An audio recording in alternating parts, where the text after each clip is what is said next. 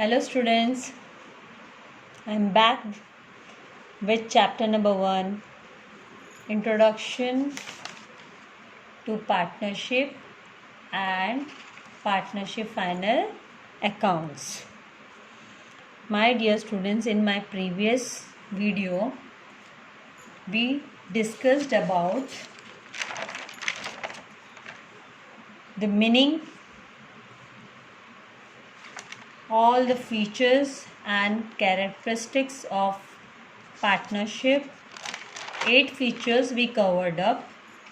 My dear children, we left with one feature because in my previous video the video became very lengthy. काफ़ी बड़ा हो गया था video. तो last का एक point, 9th point, that is dissolution. हमारे फीचर्स में डिज़ोल्यूशन भी है, तो डिज़ोल्यूशन बाकी रह गया था. तो हम डिज़ोल्यूशन को कंप्लीट करने के बाद में डिटेल में पार्टनरशिप डीड स्टडी करेंगे और उसके बाद हम importance of partnership deed and following with this provision of the Indian partnership act 1932. Indian partnership act 1932 के क्या क्या रूल्स है, क्या प्रोविजंस है, लॉ क्या है, वो हम वन बाय वन स्टडी करेंगे. तो let's cover up first with the feature that is dissolution. अभी डिज़ोल्यूशन मतलब डिज़ोल्व हो जाना. क्या हो जाना? डिज़ोल्व हो जाना, वाइंड अप. एक तरीके से क्या बोलेंगे हम इसको? Wind up. बिजनेस जब डिज़ोल्व हो जाता है, भंग हो जाता है, वाइंड अप हो जाता है, तो ये कहाँ पे मेंशन रहता है?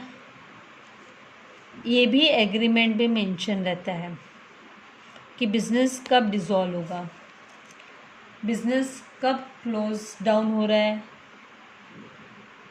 ये किस तरीके से मेंशन होगा एग्रीमेंट में. वेल इन एडवांस ये भी एग्रीड होता है कि अगर इन केस कोई भी पार्टनर सेटिस्फाई नहीं है बिजनेस एक्टिविटी से, he doesn't want to carry on continue with the business, तो पर्टिकुलर पार्टनर जो डिससेटिस्फाइड है वो क्या कर सकता है? 14 डेज़ का, कितने डेज़ का? 14 डेज़ का नोटिस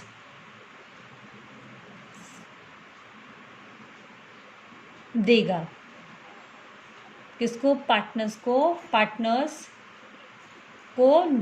डेज़ का नोटिस देगा कि भाई मैं सेटिस्फाई नहीं हूँ, I don't want to continue with this business. तो 14 डेज़ का नोटिस एडवांस में दे के वो बिज़नेस को क्लोज डाउन करने के लिए बोल सकता है, वाइंड अप करने के लिए बोल सकता है कि मुझे बिज़नेस क्लोज करना है, मैं डिसमिस कर रहा हूँ, डिज़ोल्व कर रहा हूँ, मैं भंग कर रहा हूँ, भाई बिज़नेस नहीं चाहिए मुझे अभी. और अभी ये तो कब? विल के ऊपर, एज पर द विल डिज़ोल्यूशन हुई, एक तरीके से उसकी चाहत के हिसाब से, विल ऑफ पार्टनर. ये पार्टनर की इच्छा, किसी भी पार्टनर की इच्छा कि भाई बिजनेस अभी नहीं चाहिए. दूसरा केस कब होता है? जब कोई भी फर्म कब डिज़ोल्व हो सकती है? कि जब कोई भी पार्टनर्स में से कोई भी एक पार्टनर की डेथ हो जाती है. क्या? डेथ हो जाती है, या और कोई भी पार्टनर रिटायर होता है, रिटायरमेंट हो जाता है, किसी पार्टनर का रिटायर हो जाता है, या फिर इन पार्टनर्स में कोई एक पार्टनर इंसॉल्वेंट हो जाता है. इंसॉल्वेंट होना एक तरीके से बैंकरप्ट, मतलब वो दिवालिया हो जाता है, डिक्लेयर हो जाता है, उसको दिवालिया डिक्लेयर कर देती है बैंक, या मेंटली वो डिस्टर्ब हो जाता है, इंसेन. ओके, तो उस केस में भी बिजनेस डिज़ोल्व हो सकता है, पार्टनरशिप फर्म डिज़ोल्व हो सकती है. तो जितने भी आपके टेक्स्ट बुक में फीचर्स दिए हुए हैं हमने वो फीचर्स कवर अप कर लिए हैं। आप अदर 8 फीचर्स का एक्सप्लेनेशन चाहते हो, देखना चाहते हो, जिन्होंने आज फर्स्ट टाइम मेरा वीडियो देखा है तो वो मेरा प्रीवियस वीडियो रेफ़र करेंगे तो उनको फर्स्ट टू 8 फीचर्स की एक्सप्लेनेशन मिल जाएगी। अब हम चलते हैं नेक्स्ट एक्सप्लेनेशन पे। जो नेक्स्ट पॉइंट हमारे, मैं टेक्स्ट बुक के ऑर्डर के हिसाब से जा रही हूँ क्योंकि काफ़ी बच्चे न्यू सिलेबस के नाम से डर गए हैं और नया सिलेबस है तो स्टेप बाय स्टेप वैसे भी हम जाएंगे तो ऑब्जेक्टिव्स के लिए भी हेल्प हो जाने वाली ऑटोमेटिकली, एज वेल एज आपके कॉन्सेप्ट्स क्लियर रहेंगे। तो आपको जब आप प्रॉब्लम सॉल्व करोगे, प्रैक्टिकल सम सॉल्व करोगे तो उसमें भी आपको काफ़ी हेल्प होगी। अभी नेक्स्ट हमारा पार्ट है, हम पार्टनरशिप डीड के बारे में छोटा सा डिस्कशन तो कर चुके हैं। मैंने कहा था कि मेरे नेक्स्ट वीडियो में हम पार्टनरशिप डीड को डिटेल में स्टडी करेंगे। ये बात मैंने पहले ही आप लोगों से कही थी कि मैं पार्टनरशिप डीड को नेक्स्ट वीडियो में, आगे के वीडियोस में हम स्टडी करेंगे। तो पार्टनरशिप डीड आपको पता है अग्रीमेंट है, ये भी क्या है, अग्रीमेंट है, इट इज़ अ एग्रीमेंट। लेकिन ये कैसा एग्रीमेंट है, ओरल नहीं, ये क्या होगा, रिटन एग्रीमेंट। पार्टनरशिप डीड कौन सा होता है, रिटन एग्रीमेंट होता है। और इसमें क्या होता है, पार्टनरशिप डीड में टर्म्स एंड कंडीशंस लिखे होते हैं। क्या लिखे होते हैं, टर्म्स एंड कंडीशंस होते हैं कि हाँ भाई कौन से शर्तों पे हम सब पार्टनर बन रहे हैं और कौन सी शर्तों पे ये बिजनेस चलेगा। तो इसमें क्या रहता है, it contains terms and conditions of partnership and also, और क्या होता है इसमें, टर्म्स एंड कंडीशंस तो रिटन फॉर्म में लिखे ही होते हैं, इन रिटन फॉर्म, राइट। दूसरी चीज इसमें क्या, इसमें ये भी मेंशन किया रहता है, रूल्स मेंशन होते हैं, rules relating to what, rules relating to internal management. भाई अंदर जो हम, मतलब हमारा इंटरनल मैनेजमेंट कैसा होगा बिजनेस में, जब हम एक साथ काम करेंगे तो हम उसको कौन से बेसिस पे, हम इंटरनल मैनेजमेंट हमारा कौन से बेसिस पे होगा, हम कैसे बिजनेस को इंटरनली कौन सी शर्तों पे हम रन करेंगे, ठीक है। तो इस तरीके से जब कोई डीड रिटन में होती है तो उसको डीड बोला जाता है। When any deed is in written, तो we, any document is in written, any agreement is in written, we call it as deed. और यहाँ पे ये पार्टनरशिप का एग्रीमेंट है तो हम इसको पार्टनरशिप डीड बोलते हैं। अभी ये क्यों हमको पार्टनरशिप डीड चाहिए, वाई इट इज़ रिक्वायर्ड, यहाँ पे म्यूचुअल रिलेशनशिप अंडरस्टैंड करने के लिए कि भाई म्यूचुअली हम एक दूसरे को क्या, कैसे हमारा बिजनेस करने वाले हैं उसको अंडरस्टैंड करने के लिए ये बनाई जाती है, ताकि फ्यूचर डिस्प्यूट्स को अवॉइड करने के लिए। क्यों हम, इसका इम्पोर्टेंस क्या है कि फ्यूचर डिस्प्यूट्स को, झगड़ों को, जो फ्यूचर में होने वाले डिस्प्यूट्स, हाँ disagreement, disputes you can call disagreement को अवॉइड करने के लिए, to avoid future disputes and disagreement, ये पार्टनरशिप डीड तैयार की जाती है। आपके पेज नंबर 3 पे पार्टनरशिप डीड के बारे में डिटेल में दिया हुआ ही है, आप गो थ्रू करोगे, रीड करोगे, आपको और भी अच्छे से समझ में आ जाएगा। मेरे एक्सप्लेनेशन के बाद जस्ट एक रीडिंग कर लेना बेटर होगा, राइट, क्योंकि आप पेपर तो इंग्लिश में लिखने वाले हो कम्प्लीटली। मैं हिंदी का भी यूज़ कर रही हूँ ताकि ज़्यादा से ज़्यादा बच्चों को अच्छे से समझ में आ जाए, कॉन्सेप्ट्स क्लियर हो जाए, और जो वर्नाकुलर मीडियम के स्टूडेंट्स हैं तो उनको भी इससे हेल्प हो जाए, इसीलिए मैं मिक्स लैंग्वेज का यूज़ कर रही हूँ। Otherwise I don't have any problem in using English, but for the benefits of the students I am using mixed language. As I said, I told you all in my previous video also. अभी इसको partnership deed का एक और नाम है, we also call, it is also called as article of partnership. पहले video में भी हमने बात की है इसके बारे में, इसको आर्टिकल ऑफ पार्टनरशिप भी बोला जाता है। अभी इसमें क्या क्या होता है, व्हाट ऑल कंटेंट्स, क्या क्या कंटेंट्स मतलब इसके अंदर क्या क्या इंक्लूडेड है, इसमें क्या क्या बताया गया है, इसमें क्या क्या मेंशन है, what all things are mention, what is written in this contents mean what is mentioned, हाँ क्या सब मेंशनड है। तो सीधी सी बात है, आपको भी पता है, आप कोई फॉर्म भरते हो, कहाँ पे अपना रजिस्ट्रेशन करवाते हो तो क्या क्या लिखते हैं उसमें, हाँ तो सेम भी यहाँ पे भी जब आप फॉर्म भर रहे हो, पार्टनरशिप डीड फिलअप कर रहे हो, तो इसमें नेम एंड एड्रेस होगा। क्या होगा, नेम एंड एड्रेस। किसका नेम एंड एड्रेस होगा, फर्म का name and address of the, क्योंकि पार्टनर्स की डीड बन रही है तो name and address of the firm, and इसके अंदर बिजनेस का भी नाम होगा, and business name and address of the firm and business activity के बारे में मेंशन्ड होगा, राइट।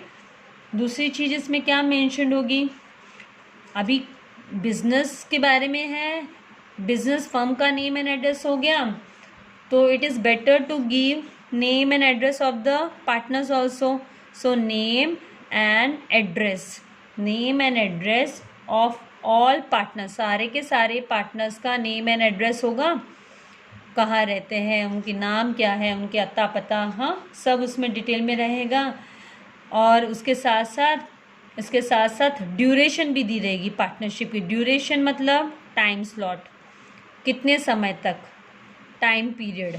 ड्यूरेशन मतलब टाइम पीरियड, कितने समय तक पार्टनरशिप चलेगी। तो ड्यूरेशन ऑफ द पार्टनरशिप की ड्यूरेशन दी रहेगी, भाई 2 साल के लिए हम पार्टनर्स बन रहे हैं कि 3 साल के लिए बन रहे हैं कि क्या, या जब तक हमारा बिजनेस रन करने का मन है, हाँ उसके हिसाब से। देन इसमें और क्या मेंशन होगा, इसमें होगा कैपिटल कंट्रीब्यूशन, कौन कौन कितना कितना कैपिटल लाया है या ला रहा है, ला के वो बिज़नेस स्टार्ट कर रहा है साथ में, हाँ ये कंट्रीब्यूशन, कैपिटल कंट्रीब्यूशन भी इसमें मेंशन होगा, मतलब कितना कितना पैसा, एसेट्स कोई भी पार्टनर जो ला रहा है। तो ये सब पार्टनर्स की, जितने भी पार्टनर, ऐसा नहीं एक पार्टनर के बारे में बता दिया कितना ला रहा है दूसरे का नहीं, तो ऑल पार्टनर्स, ओके। उसके बाद में इसमें क्या मेंशन रहेगा, रेशियो किसका, यहाँ पे रेशियो किसका होगा, इन विच प्रॉफिट और लॉस विल बी शेयर्ड।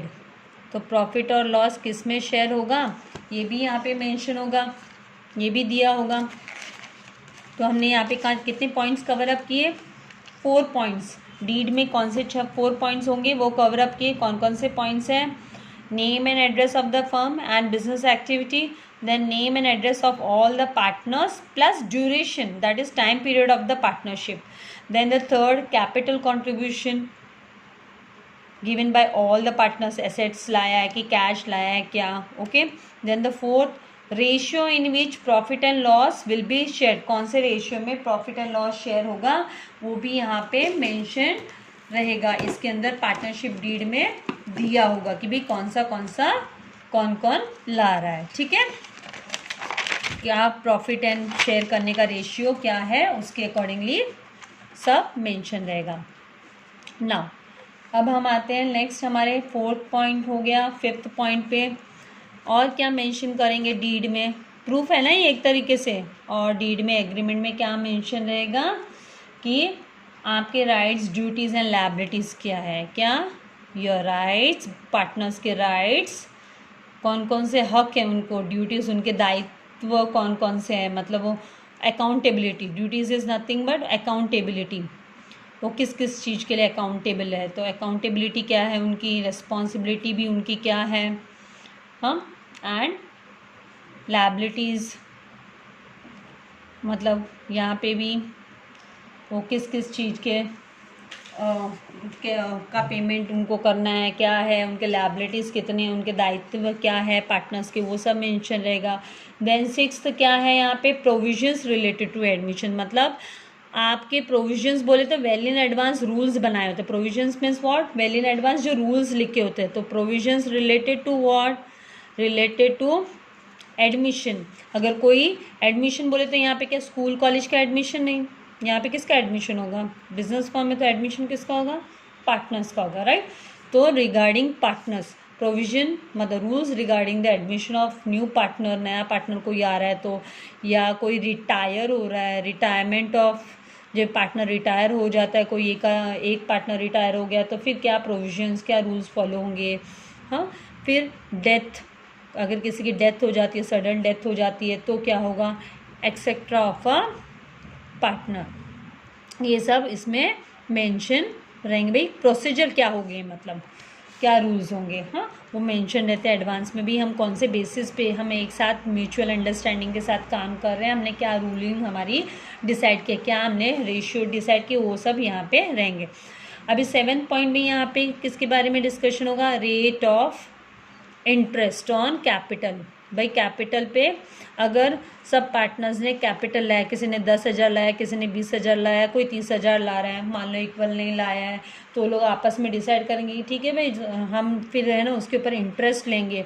मतलब हमने इन्वेस्टमेंट किया है बिजनेस को, तो बिजनेस हमको क्या कर देगा, जैसे बैंक है ना कैसे इंटरेस्ट देती है सेविंग अकाउंट पे, एफडीज पे, तो सेम वे बिजनेस भी हमको इंटरेस्ट देगा करके वेल इन एडवांस इसमें मेंशन रहेगा पार्टनरशिप डीड में। अगर कोई चाहता है कि कैपिटल पे इंटरेस्ट मिलना चाहिए तो फिर लोन, अगर किसी ने पर्सनल लोन लिया है बिजनेस से, अपने खुद की पार्टनरशिप फर्म से लोन घर के लिए कुछ ले लिया है, तो उस पर वो इतने कितना रेट ऑफ इंटरेस्ट फर्म उससे चार्ज करेगी उसके बारे में, या किसी बिजनेस पार्टनर ने ही है ना बिजनेस में और एक्स्ट्रा पैसे दिए हैं एज अ लोन, बिजनेस को दिया है, बिजनेस में पैसा दिया है तो उसको कितना इंटरेस्ट मिलेगा, तो वो भी रेट ऑफ इंटरेस्ट इसमें मेंशन रहेगा। एज वेल एज ड्राइंग्स हम तो ऑलरेडी पढ़ चुके हैं ना, यहाँ पे क्या चित्रकला ड्रॉ करना है वो नहीं है, ये ड्राइंग्स कौन सा है कि आप पर्सनल यूज़ के लिए बिजनेस से अगर कोई पैसा ले रहे हो, हाँ बीच में पैसा उठा रहे हो अपने पर्सनल यूज़ के लिए, तो वो क्या होगा आपका विड्रॉवल्स हो गया,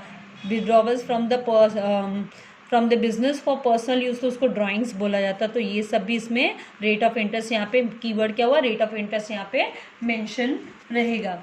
फिर नेक्स्ट आपका क्या आ जाता है, 8 तक हमारी 8 तक कवर अप हो गए, अभी हम 7 तक कवर अप हो गए, सॉरी 8 पॉइंट हमारा आता है सैलरीज। इसके बारे में सैलरीज किसको भाई, सैलरीज, कमीशन, सैलरी के बारे में, कमीशन के बारे में etcetera. If payable to whom, if payable to any partner, यहाँ पे पार्टनर के बात हो रही है, यहाँ पे अदर एम्प्लॉयज़ के बारे में बात नहीं हो रही है। पार्टनरशिप डीड में जो होगा वो सब पार्टनर से रिलेटेड होगा। तो अगर इन केस कोई भी पार्टनर को अगर सैलरी मिल रही है या कमीशन मिलने वाला होगा, तो वो भी है ना बिजनेस की इस पार्टनरशिप डीड में मेंशन रहेगा कि हाँ सो एंड सो पार्टनर ज़्यादा देर काम करने वाला है, वो ओवर टाइम वर्क करने वाला है, एक्स्ट्रा वर्क करने वाला है, तो भाई he is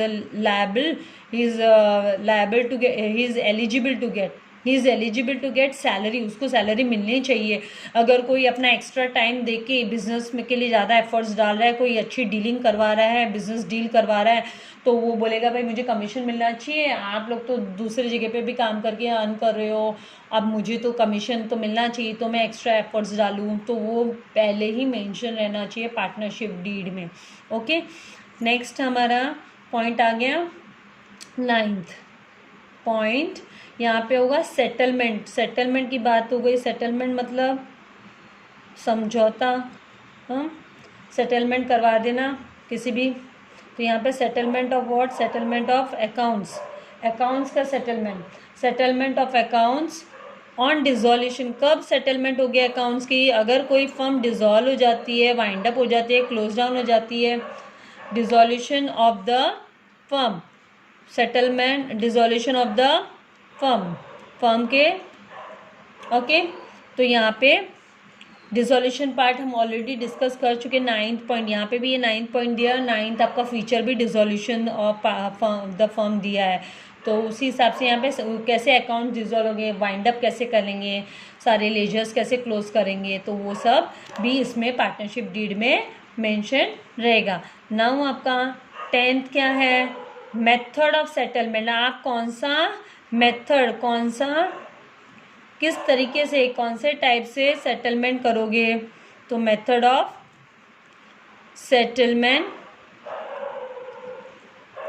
settlement of disputes. अगर कोई झगड़ा हो गया है, बिजनेस अभी कंटिन्यू नहीं करना चाहते हैं, भाई झगड़ा हो गया या बिजनेस को वाइंड अप करना है, तो डिस्प्यूट्स को कैसे सेटल करेंगे पार्टनर्स के अमंग, वो भी इसमें क्या होगा, मेंशन होगा। तो method of settlement of disputes among the partners के बीच में कैसे सेटलमेंट होगा, ये भी इसमें मेंशन होगा।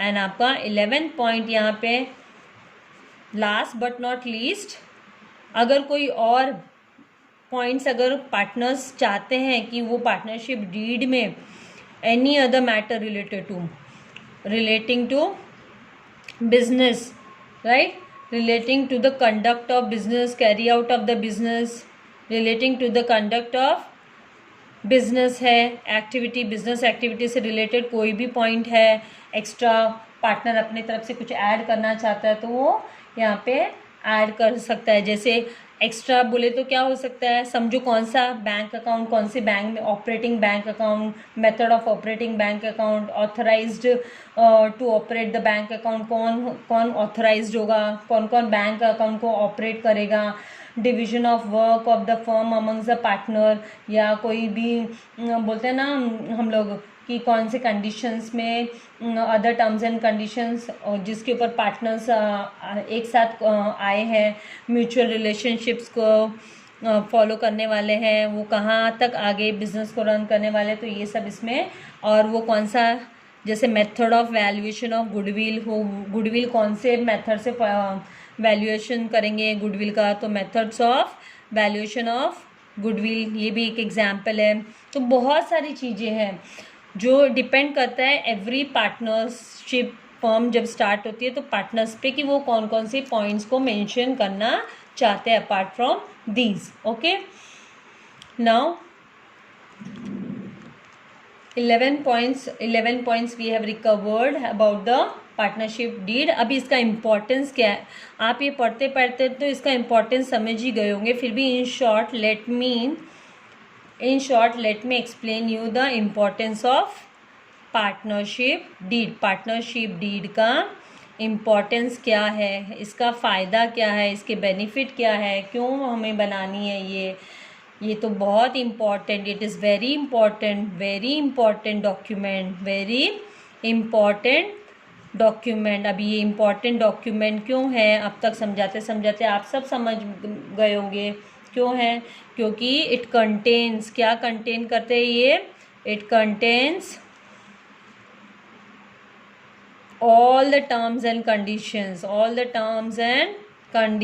terms and conditions, किसके terms and conditions, तो पार्टनरशिप बिजनेस के टर्म्स एंड कंडीशंस, राइट। फिर ये क्या करता है, म्यूचुअल रिलेशनशिप्स फॉर्म करता है, mutual relationships among partners form करता है। ये अंडरस्टैंडिंग हो जाती है ना, म्यूचुअल अंडरस्टैंडिंग, क्योंकि डिस्कशन करके पार्टनरशिप डीड में, डिस्कशंस होने के बाद में पार्टनरशिप डीड में सारे पॉइंट्स एंटर होते हैं, तो मतलब म्यूचुअल रिलेशनशिप्स डेवलप हो जाता है पार्टनर्स के बीच में, तो it develops mutual relationships among the partners, क्योंकि सब तो डिस्कस करके होने वाला, एक अकेला बंदा थोड़ी ना बनाने वाला है, अकेला बंदा बनेगा क्या, रूल्स एंड रेगुलेशंस नहीं ना, तो among the partners, all the partners mutual understandings develop हो जाती है ऑटोमेटिकली उनकी, हाँ बाबा कौन से बेसिस पे, टू अवॉइड द फ्यूचर। अब ये टू अवॉइड द फ्यूचर, तो फिर यहाँ पे ये भी आ गया, क्यों, to avoid future disputes, it helps to avoid future disputes, ये भी इसका इम्पोर्टेंस हो गया, राइट। फिर उसके बाद में और क्या इम्पोर्टेंस हो जाता है, ये क्या करता है, रेगुलेट करता है, किसको रेगुलेट करता है, तो रेगुलेट्स मतलब कंट्रोल करता है, किसको कंट्रोल करता है, रेगुलेट्स द राइट्स, कि भाई किसका कितना राइट्स है, हाँ राइट्स क्या है, ड्यूटीज़ क्या है, सबके ड्यूटीज़ क्या है, right, rights and duties and liabilities को रेगुलेट करने में भी हेल्प करता है पार्टनरशिप डीड। तो it is very important document. It is better whenever 2 or 3 persons plan out to start with a business, they should make the partnership, they should frame partnership deed and keep ready with them to avoid the future disputes. So यहाँ तक हमारे importance of partnership deed हमने cover up कर लिया है। In case अभी समझो, मान लो कोई बोलेगा यानी पार्टनरशिप डीड तैयार करने की क्या ज़रूरत है, we have mutual understanding, no need to keep the written partnership deed. ये पार्टनरशिप डीड साइन भी करनी पड़ती है ना, यहाँ पे सिग्नेचर लिए जाते हैं, right, duly signed by everyone. अगर इनके से पार्टनरशिप डीड नहीं बनी तो वो कैसे फॉलो करेंगे? सपोज़ कुछ आगे फ्यूचर में जाके कुछ हुआ तो कैसे वो अपने बिजनेस को फॉलो करेंगे? कैसे वो सारे अपने डिस्प्यूट्स, अगर कोई है, कोई मतभेद हो गया तो कैसे सॉल्व करेंगे प्रॉब्लम्स अपनी? तो उसके लिए भी कंपनी ने एक रूल बनाया है। इंडियन पार्टनरशिप एक्ट 1932 के प्रोविजंस है कि आपके पेज नंबर 4 पे आपको दिया हुआ है कि provision nothing but well in advance set of rules made by the Indian partnership act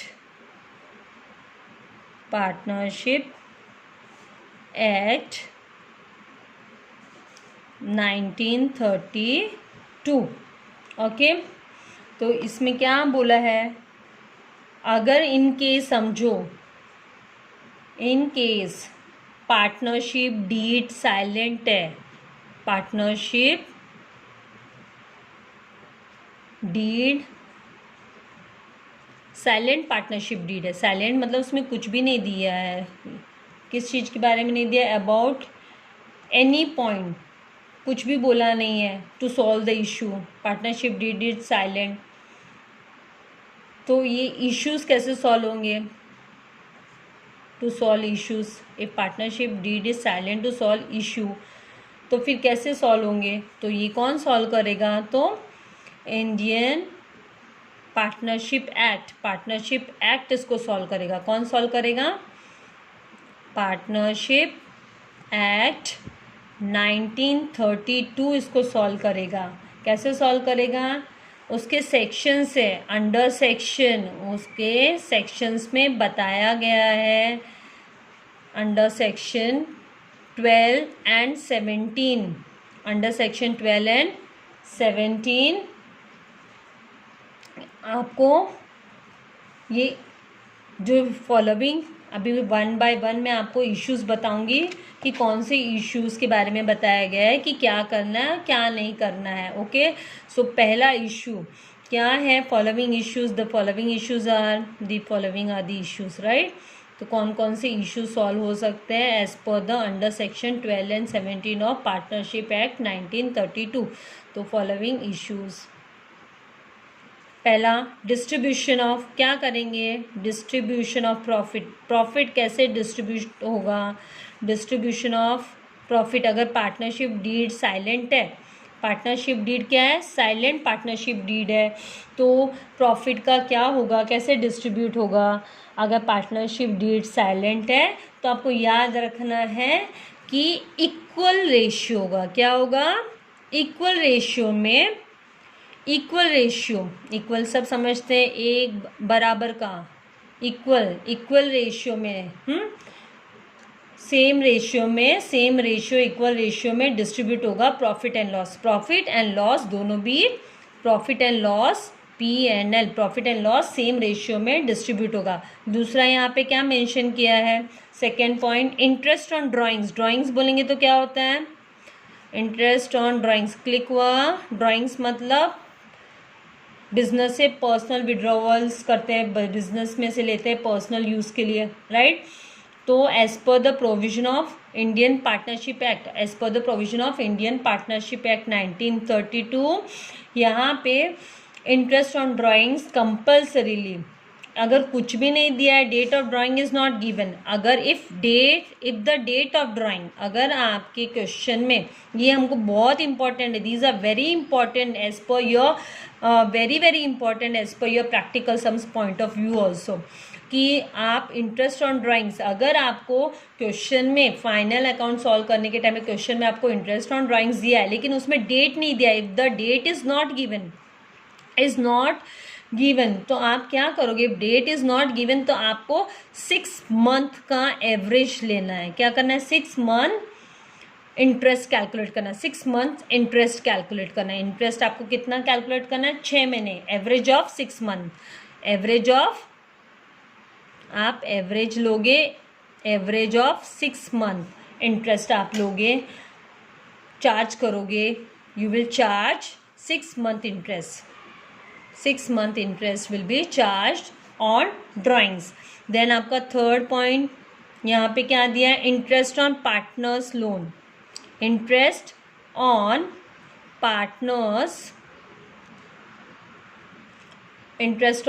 partners loan. अगर पार्टनर एडिशनल अमाउंट प्रोवाइड करता है, बिजनेस को लोन दे रहा है, यहाँ पे पार्टनर्स लोन मतलब additional amount given to business by any partner, okay, given to business, loan दिया है, मतलब क्या दिया है? लोन दिया है। तो यहाँ पे लोन के लिए क्या क्राइटेरिया होगा? अगर इंटरेस्ट के बारे में कुछ भी मेंशन नहीं है, पार्टनर्स लोन के इंटरेस्ट के बारे में कुछ भी मेंशन नहीं है, तो आपको 6% का, if not mention, if rate of interest is not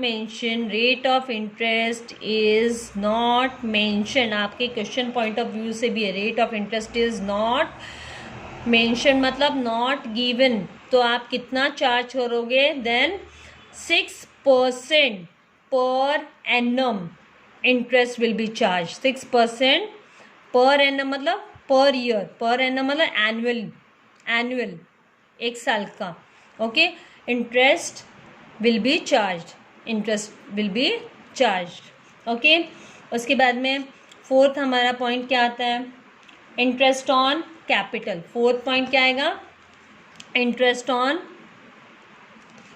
capital. अभी इंटरेस्ट ऑन कैपिटल, अगर इन केस पार्टनरशिप डीड नहीं बनी है, ठीक है, पार्टनरशिप डीड नहीं बनी है, नहीं फॉर्म हुई है, और तो as per the Indian partnership act 1932 आपको इंटरेस्ट अलाउड नहीं है। अगर पार्टनरशिप डीड भी साइलेंट है, अगर साइलेंट पार्टनरशिप डीड है, क्या है? साइलेंट पार्टनरशिप डीड है रिगार्डिंग दिस, मतलब इंटरेस्ट के बारे में कुछ नहीं बताया गया है, तो यहाँ पे आपको इंटरेस्ट नहीं अलाउड है, no interest allowed, interest is not allowed, interest on capital is not allowed by Indian partnership act 1932। यहाँ पे कोई, यहाँ के क्लोजर में no interest is allowed. Coming to the next, I hope first to fourth आपको समझ में आ गए, और ये आपके है ना, आप प्रैक्टिकल सम सॉल्व करोगे। मैं क्यों ये आपको एक्सप्लेन कर रही हूँ? क्योंकि ये आपको प्रैक्टिकल सम्स रीड करने के टाइम पे, जब आप सॉल्व करने के पहले जब क्वेश्चन रीड करोगे तभी भी आपको काफ़ी डीपली इनके बारे में पता होना चाहिए, अदरवाइज आपका पूरा सम रॉन्ग हो जाएगा। Coming to the next point, अभी 2 और पॉइंट हम डिस्कस करेंगे, उसके बाद में यहीं पे वाइंड अप कर देंगे। नेक्स्ट आपका